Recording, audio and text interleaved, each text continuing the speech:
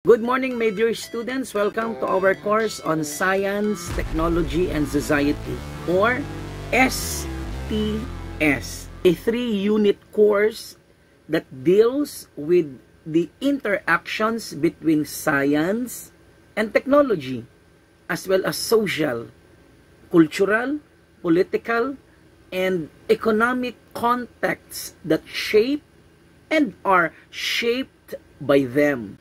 This is in accordance with S.I.G.E CMO number 20, series of 2013.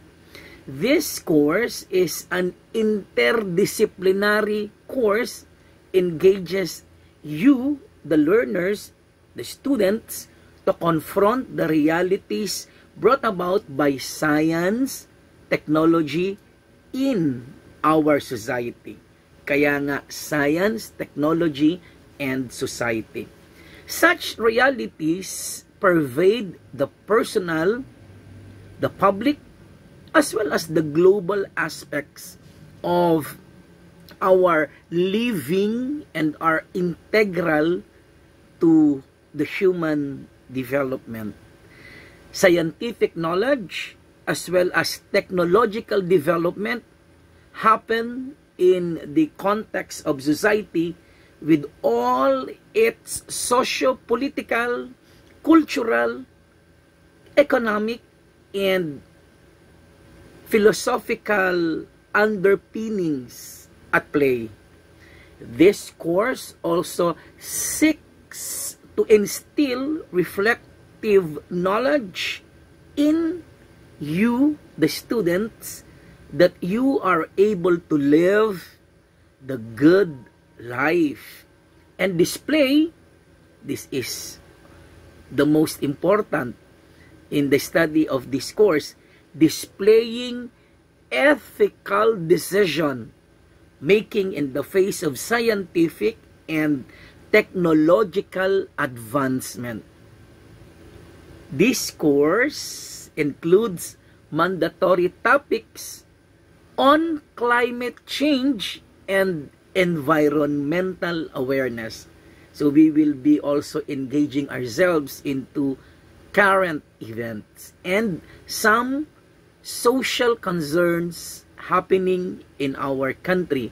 And please note that at the end of this course,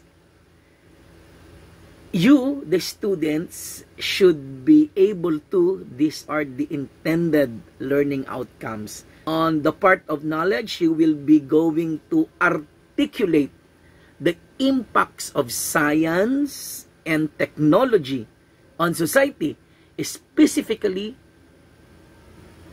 Philippine society.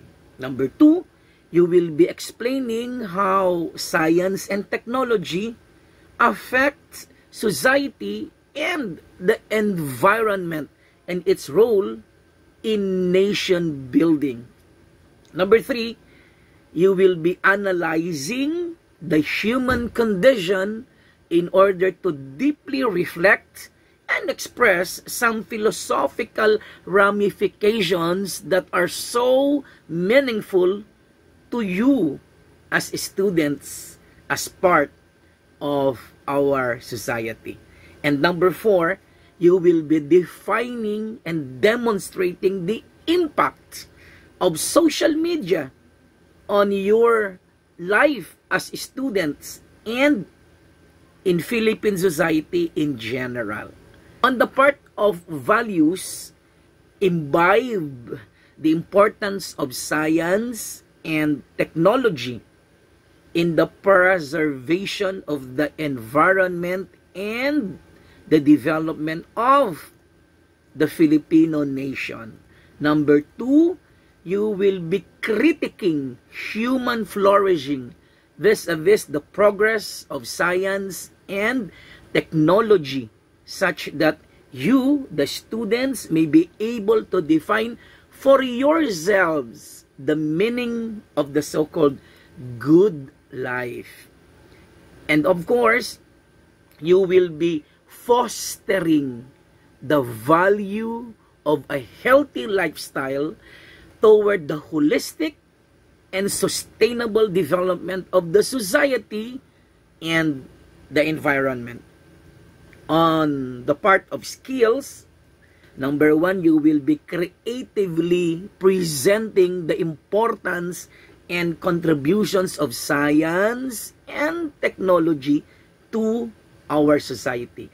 Number 2, you will be examining the shared concerns that make up the good life in order to come up with some innovative and creative solutions to the contemporary issues, of course, guided by some ethical standards. And number 3, illustrate how the social media and the information age impact their lives and their understanding of the so-called climate change. Now, my dear students, let me give you a very short introduction regarding science and technology in connection with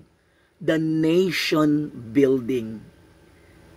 In 2017, our government adopted a measure known as the National Economic and Development Authority, yung NEDA. The NEDA, a mantra which is known as matatag, maginhawa, at panatag na buhay in order to improve or elevate one's lifestyle. NEDA adopted this measure. Filipinos put hard work and dedication to their jobs and careers. Ganyan naman tayong mga Filipino. Pag nagtrabaho tayo, talagang mahusay, talagang maganda gamit ang ating skills at talino. Kaya nga hinahangaan tayo sa ibang bansa ang atin pong mga bagong bayaning mga OFWs. Kapag nagtrabaho sa ibang bansa, gustong-gusto sila ng mga employers nila. Sa sobrang galing natin at sa sobrang bait nating mga OFWs, minsan inaabuso na sila ng kanilang mga employers. Hindi pinasosweldo ng tama, itinatago yung mga passport para hindi makauwi. May mga nangyayaring ganun, pero may mga sinuswerte din naman tayong mga OFWs. However, the citizens are aware that our government efforts are so essential in attaining the matatag, maginhawa, at panatag na buhay, which NEDA adopted in 2017. In this particular discussion, my dear students, the following will be discussed. Number 1, I will be discussing with you the overview of the historical development of science and technology in our country, in the Philippines.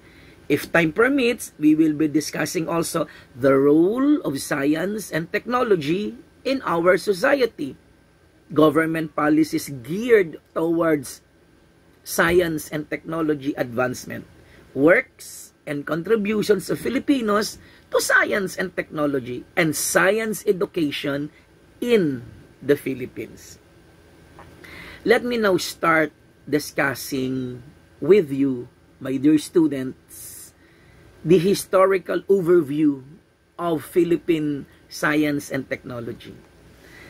Iko'y narinig na ninyo o napag-aralan na ninyo sa atin pong Philippine history o yung tinatawag na readings in Philippine history. Binabanggit din po kasi ito. Please note that before the Hispanization of our country, the early Filipinos have exhibited science and technology in their ways of life, meaning it has been a part of Filipino culture. This informal scientific and technological knowledge that they exhibited and practiced were influenced by factors such as, number 1, survival. 2, we have culture, and the factor of economic activities. Through their ways in agriculture, methods in livestock growing and food production, the scientific knowledge of the early inhabitants of our country is manifested. These methods, my dear students, and the ways of work of the early Filipinos are now termed as folk science, or other times, indigenous science. The country's development in science and technology was not only shaped by the lives of early Filipinos. External factors like, for example, the colonization of our country by foreign countries, trades with foreign countries, and the international economic standards. In fact, during the Spanish era, our country learned new culture. Sinakop tayo ng Espanya sa loob ng 333 taon, 333 years. And the culture and the practices that we have learned from the Spanish people are very evident. One of the most remarkable contributions of the Spanish colonization was the establishment of a university where philosophy, theology, and humanities are studied. And I am referring to the University of Santo Tomas. Yes, the UST, then known as the College of Santo Tomas. It is a university run by the Dominicans and was established by Fray Miguel de Benavides. Eventually, the university opened courses for jurisprudence, canonical law, medicine, and pharmacy. Diyan naman kilala ang UST, di po ba? The galleon trade has brought more science and technology in our country, in the country. These trades allowed foreign ideas, foreign concepts, technology, as well as Western culture and practices to enter the country and influence the people's lives. Nabago ang pananaw ng mga unang Filipino, nabago ang takbo ng buhay nila ng mga nagdaang araw na iyon. Then comes the American regime, another sets of lifestyle, culture, philosophy. The Americans, on the other hand, brought remarkable contributions to the development of science and technology in our country. Bigyan ko kayo ng halimbawa, one of which is the introduction of the so-called secularized public school system. Yeah, it happened during the American regime. In 1901, for example, the American government adopted a measure, implemented a law known as Act number 74 of the Philippine Commission, created the Department of Public Instruction. Sa kasalukuyan, yan po yung Department of Education para maintindihan lang by analogy. Ano po. This act included provisions that established schools that provide, take note of this, my dear students, that provide free primary education for Filipinos. The Commission also, under this act, established the Philippine Normal School in Manila. the very famous Philippine Normal University in the present time to train Filipino teachers. Kaya nga yung mga gustong maging teachers at mag-aaral ng education, doon po nag-enroll. Yan ang unang naiisip nilang pag-enroll, yung Philippine Normal University. Aimed to develop human resources in the Philippines and brought great impacts in the country. So yun po yung nangyari nung Spanish regime, tapos sinundan siya ng American colonization in the Philippines. Ngayon po, my dear students, let me bring your attention to the relationship of science and technology in nation building. Pero ano ba yung tinatawag na nation building? Ano ba ibig sabihin nun? Ganito po yan.